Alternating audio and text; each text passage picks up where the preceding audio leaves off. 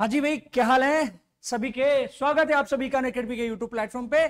बहुत दिनों से आप लोगों की डिमांड थी कि सर एक सवाल बार बार दिमाग में कुनकुन करता है कि SN1 SN2 E1 E2 अभी सारी आ जाए तब क्या करानी है, कब कौन सी रिएक्शन मेजोरिटी में होगी, कब कौन सी रिएक्शन जो होगी वो माइनर होगी या नहीं होगी। मतलब ये कैसे आइडेंटिफाई करें कि SN1 कराना, SN2 कराना, E1 कराना, E2 कराना। क्योंकि तो जेईई मेंस के हिसाब से ये चार रिएक्शन बहुत इंपॉर्टेंट है।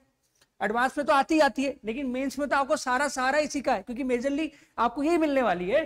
तो इस पूरे वीडियो में शुरुआत के 2 मिनट के इंट्रोडक्शन में आपको पहले तो ये समझा दूंगा कि कैसे कब कौन सी रिएक्शन हो रही है, फिर उसके लिए कुछ एग्जाम्पल के थ्रू आपको समझाऊंगा कि आपको वो मेथड, वो जो ट्रिक है वो आपको कैसे अप्लाई करना है। तो ध्यान से सुनना, मैं आपको बताने वाला हूं कि SN1 SN2 E1 E2 में से कब कौन सी रिएक्शन होती है, कब एलिमिनेशन कराना है और कब सब्स्टिट्यूशन कराना है। देखो ध्यान से सुनना, ट्रिक क्या है, ट्रिक समझ लो पहले अच्छे से। एलिमिनेशन सब्स्टिट्यूशन के बीच में कैसे आइडेंटिफाई करोगे। एलिमिनेशन में एल्कीन बनाना है, सब्स्टिट्यूशन के अंदर कुछ सब्स्टिट्यूट करना है, मतलब न्यूक्लियोफाइल आएगा या सॉल्वेंट आएगा और जो लिविंग ग्रुप लगा है पहले से उसको हटा के उसकी जगह पे आके बैठ जाएगा। अब सोचो एलिमिनेशन की 2 कैटेगरी, E1 E2 दोनों में 3 to 1 3 to 1 चलता है, मतलब 3 डिग्री में सबसे ज्यादा, फिर 2 में कम और 1 डिग्री में और कम। यहां भी सेम चलता है, 3 to 1 चलता है।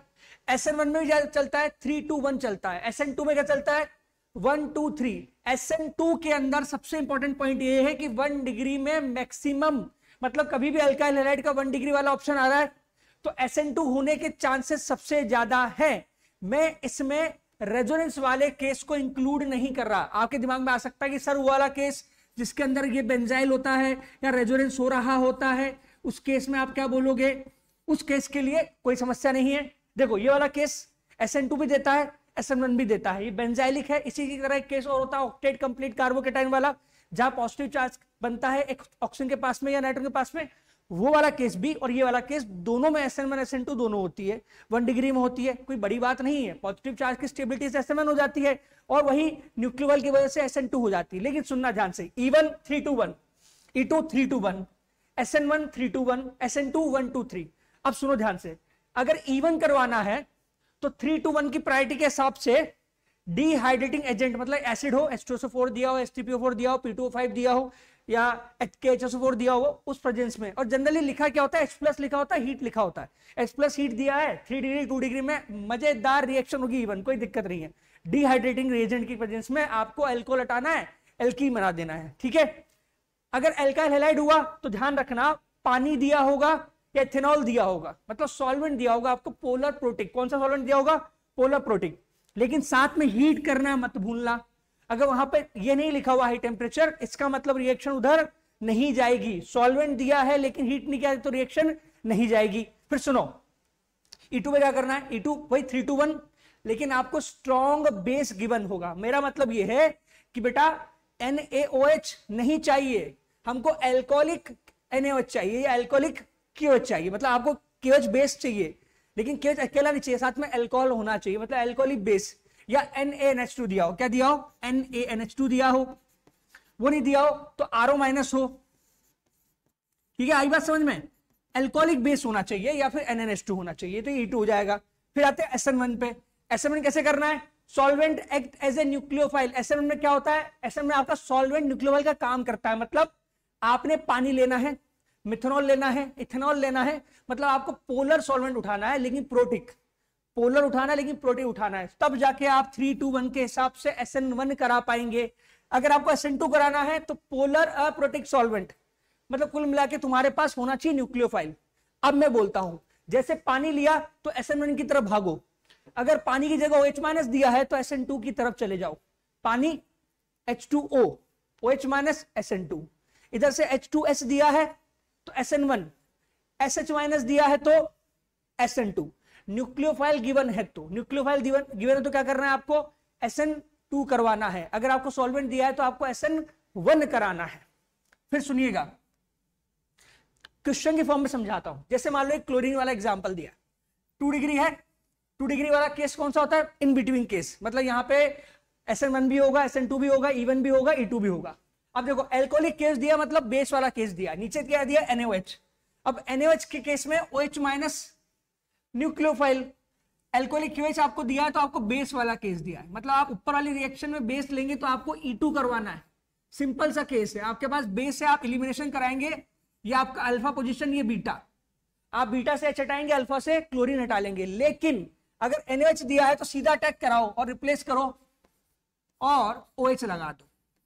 नीचे वाली रिएक्शन को SN2 कहेंगे, ऊपर वाली रिएक्शन को आप E2 कहेंगे। आई बात समझ में? देख लो, सेम सबस्ट्रेट पर रिएजेंट बदलते ही रिएक्शन का नेचर बदल गया। NaNH2 स्ट्रॉन्ग बेस, पानी सॉल्वेंट, OH माइनस न्यूक्लियोफाइल। जब बेस दिया है तो एलिमिनेशन करा लेना। अब देखो एलिमिनेशन के दोनों ऑप्शन दिख रहे होंगे आपको, सर यहां से बैठा सकता हूं, यहां से बैठा सकता हूं। बेटा मैं मेजर वाले की बात कर रहा हूं, वो भी ट्रांस वाला, सिर्फ भी बनेगा, ठीक है। आप चाहें तो ये भी बना सकते हैं, कोई समस्या वाली बात नहीं है। फिर पानी दिया है, पानी क्या कराता है? सॉल्वेंट की तरह। सॉल्वेंट क्या करेगा? बॉन्ड को ब्रेक करेगा और कार्बोकेटाइन जनरेट करेगा। कार्बोकेटाइन यही बन सकता है स्टेबल। बाद में इसमें क्या जोड़ देना? पानी जोड़ोगे, पानी जोड़ोगे तो क्या बन जाएगा?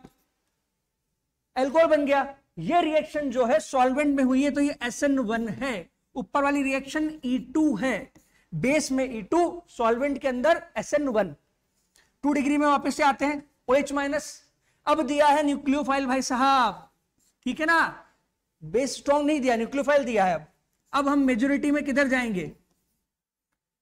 Br अगर वेज पे तो OH माइनस डैश पे लगा देना, इन्वर्जन का कन्फिगरेशन लेके, ठीक है। इन्वर्जन तो होगा, ये जरूरी नहीं है कि R का S बन जाए, S का R बन जाए, लेकिन इन्वर्जन जरूर होगा।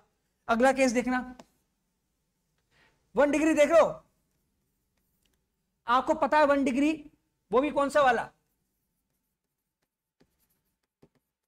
बेंजाइलिक कार्बन का।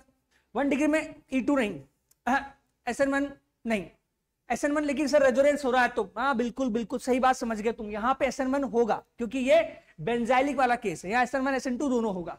अब देखो फर्क क्या है दोनों में, देखिएगा ऊपर वाला न्यूक्लियोफाइल की तरह काम करेगा क्योंकि एलिमिनेशन तो करा नहीं सकता, हालांकि वो बेस भी है, तो अब क्या करेगा? सीधा अटैक करो, CH2OCH3। नीचे वाला सॉल्वेंट की तरह काम करेगा, ये देखो इस Cl को हटाओगे, CH2 पर पॉजिटिव आएगा, वहां जाके तुम्हारा सॉल्वेंट CH3OH जुड़ जाएगा। जुड़ता है पूरा पानी की तरह जुड़ता है ये भी, लेकिन CH3OH में से H आपको नहीं दिखेगा, हमारा प्रोडक्ट आपका ही दिखेगा, CH3 CH2OCH3। माफ करना यहां पे हम CH3 लिख नहीं पा रहे, कोई बात नहीं, समझ जाओगे ना, OCH3 लिखा है वहां पे, ठीक है। चलिए अब बात करते हैं, अगर OCH3 यहां लिखा है तो अब क्या करना है? तो वो भी सेम है, ये भी सेम। बेटा सेम होने से फर्क नहीं पड़ता, ऊपर वाली रिएक्शन किधर गई है? SN2 में गई है, नीचे वाली रिएक्शन कहां गई है? ऊपर वाले में सीधा अटैक हुआ है, नीचे वाले कार्बोकेटाइन बनने के बाद रिएक्शन हुई है। फिर आते हैं इधर H2+ एसिडिक सॉल्यूशन दिया है, ठीक है, H2+ हीट के साथ दिया है, अच्छी बात है। फिर E2OH दिया है और सॉल्वेंट दिया है, फिर सॉल्वेंट के साथ हीट भी दिया है, मतलब 2 में हीट है 2 में हीट नहीं है। तो जहां हीट दिया है सॉल्वेंट के साथ वहां इवन करवानी है 3 डिग्री में, ध्यान से सुनना, जहां हीट दिया है सॉल्वेंट के साथ 3 डिग्री में क्या करवानी है? इवन करवानी है।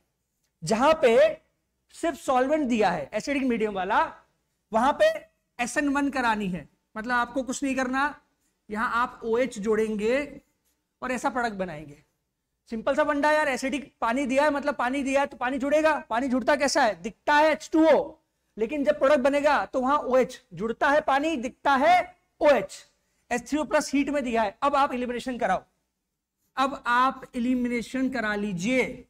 आप और प्रोडक्ट भी बना सकते हैं लेकिन मेजर वाला ये बनेगा। कैसे? आप आपका ये रहा अल्फा और यहां से H हटाइएगा, मतलब पहले पॉजिटिव चार्ज बनेगा क्योंकि इवन है ना, इवन में एलिमिनेशन तो होगा लेकिन कार्बोकेटाइन बनने के बाद होगा, पॉजिटिव बनेगा, इधर से H निकालना, एल्कीन बन जाएगा। ETOH दिया है, सॉल्वेंट दिया है, 3 डिग्री में SN1 होगा, फिर से SN1 मतलब Br हटेगा और OET जुड़ जाएगा। कार्बोकेटाइन सबसे स्टेबल तो ही बन सकता है, इससे ज्यादा बन नहीं सकता। Very good.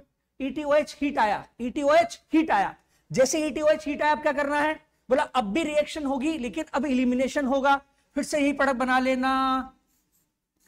तो ये इवन, ये इवन, जब हीट करा इवन और इवन, ये वाला SN1 SN1 आप देख पा रहे सेम मॉलिक्यूल में एसिडिक मीडियम में, जब मतलब आपके पास एसिडिफाइड सॉल्यूशन था, हीट किया, सॉल्वेंट के साथ हीट किया, ETOS के साथ हीट किया, E1 हो गया, सॉल्वेंट अकेला उठाया तो SN1 हो गया। तो आई होप इस तरीके से आप समझ पाए होंगे।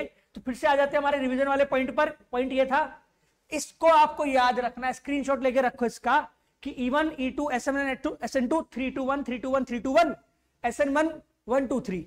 E1 कब होता है? जब डिहाइड्रेशन कराते हैं H+ की प्रेजेंस में, या फिर हम क्या कराते हैं सॉल्वेंट के साथ हीट करते हैं 3 डिग्री में, E1 होता है। E2 कब होता है? जब बेस दिया होता है 3 to 1 के ऑर्डर में, 1 में बहुत ही कम, ना के बराबर, और 3 to 1 3 और 2 में बहुत ज्यादा होता है।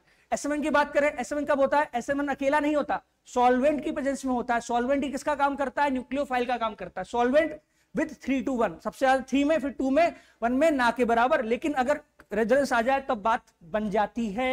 SN2 की बात करें, SN2 में सबसे ज्यादा 1 में होता है, 2 में थोड़ा, 3 में होता ही नहीं है। 3 में आपको SN2 नहीं मिलेगा, 3 में आपको SN2 नहीं मिलेगा। 1 2 1 2 1 2। लेकिन क्या कर ध्यान रखना सॉल्वेंट नहीं होना चाहिए। क्या होना चाहिए? यहाँ पे न्यूक्लियोफाइल होना चाहिए, तब जाके आप SN2 रिएक्शन करा पाएंगे। तो इस पूरे मैकेनिज्म को, इस पूरे तरीकों को याद रखोगे तो आपको SN1 SN2 E1 E2 कब कब होती है, कब कैसे करनी है, ये सारे डाउट क्लियर हो जाएंगे। उम्मीद करता हूं आपको समझ में आया होगा। तो आज के लिए इतना ही। ओके, धन्यवाद। वीडियो को छोटा रखने के लिए बहुत सारे पार्ट्स को जानबूझ के पहले लिखा, और इस वीडियो मैंने काफी ज्यादा रखी है। तो उम्मीद करता हूं वीडियो आपको समझ में आया है। अगर वीडियो आपको अच्छा लगा तो लाइक करना, शेयर करना, कमेंट कर देना, और बाकी लोगों को स्प्रेड करो, क्योंकि बहुत लोगों को दिक्कत आती है कि ये एलिमिनेशन एक्सट्रूशन कब हो रहा है, इसके अंदर भी पार्ट्स में दिक्कत आती है। ठीक है, तो मिलते हैं अगली वीडियो, तब तक के लिए धन्यवाद। Okay, bye bye, Tata.